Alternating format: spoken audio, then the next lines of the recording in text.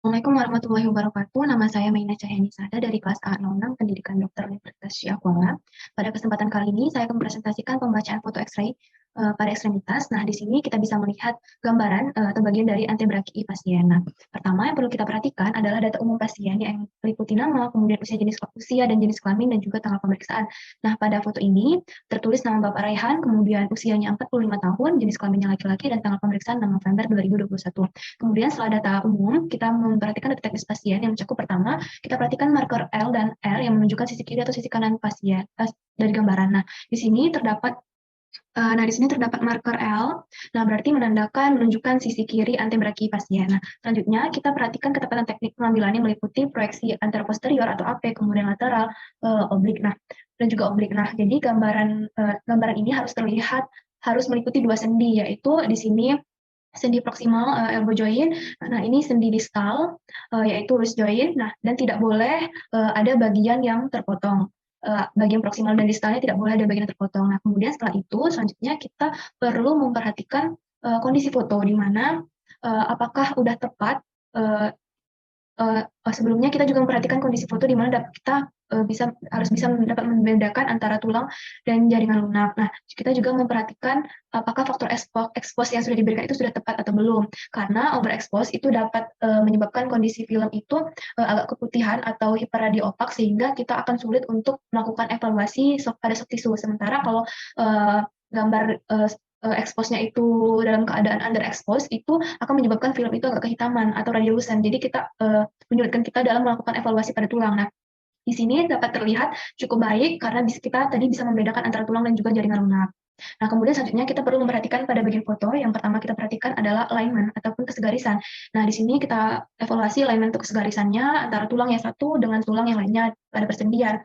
Nah, di mana kita melihat kesegarisan pada gambar ekstremitas itu secara menyeluruh dan tidak hanya pada tulang saja, karena alignment yang baik itu tidak terjadinya destruksi dari kongruensi antara tulang dan sendi. Nah, perubahan alignment dalam klinis itu kita kenal dengan dengan sebutan deformitas.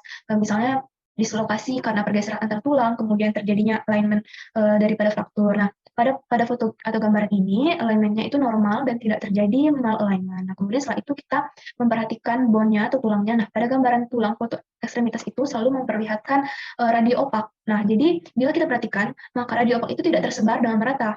Karena apa? Karena hal tersebut itu tergantung dari kepadatan tulang. Jadi semakin tulang itu semakin padat, maka semakin opak gambaran yang diberikan. Nah, jadi kemudian di sini dapat kita lihat pada bagian tepi tulang nih.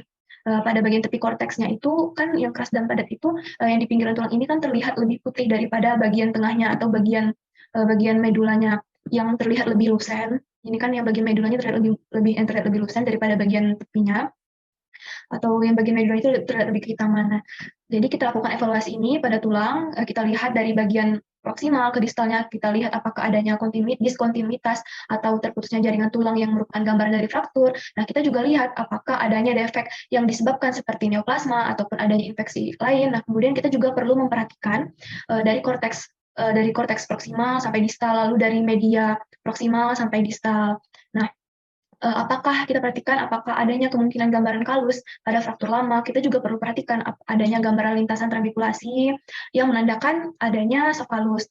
Nah, kemudian pada gambaran foto tulang ini, itu uh, tulangnya atau bone-nya itu baik atau normal, tidak ada fraktur, tidak diskontinuitas ataupun defek tulang dan tidak ditemukan kalus atau gambaran dari soft kalus. Nah, kemudian setelah itu kita memperhatikan atau evaluasi pada cartilage atau tulang rawan.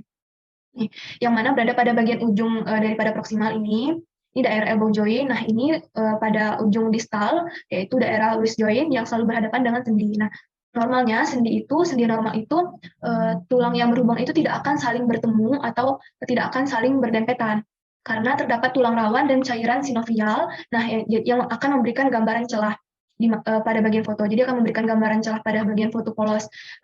Dan normalnya cairan sinovial itu dan celah itu tidak akan terlihat dalam foto. Nah, pada foto ini, cartilage ini terlihat normal dan tidak ditemukan diskontinuitas ataupun defek tulang. Kemudian selanjutnya kita melakukan evaluasi terhadap soft tissue. Di sini kita lakukan evaluasi terhadap soft tissue atau jaringan lunaknya.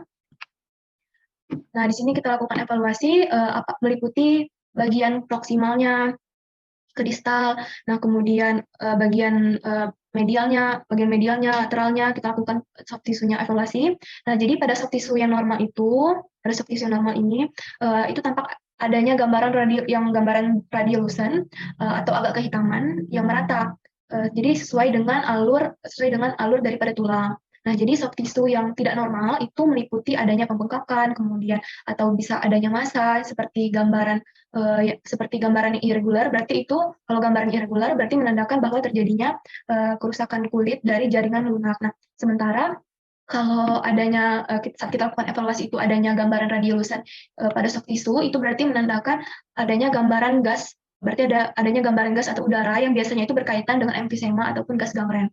Nah, pada foto ini soft tissue-nya setelah kita evaluasi soft tissue-nya itu normal karena tidak kita temukan swelling, kalsifikasi ataupun udem. Nah, setelah kita membaca foto secara keseluruhan itu meliputi dari data umum, kemudian data teknisnya, kemudian kita kondisi fotonya, yang pertama alignment, kemudian bone, kemudian cartilage atau tulang rawan dan juga soft tissue itu kita dapat menyimpulkan bahwa foto antebrachii sinistra pasien ini itu dalam keadaan normal. Selanjutnya kita bisa memberikan informasi tentang hasil pemeriksaan yang telah kita lakukan dan follow up lebih lanjut kepada pasien.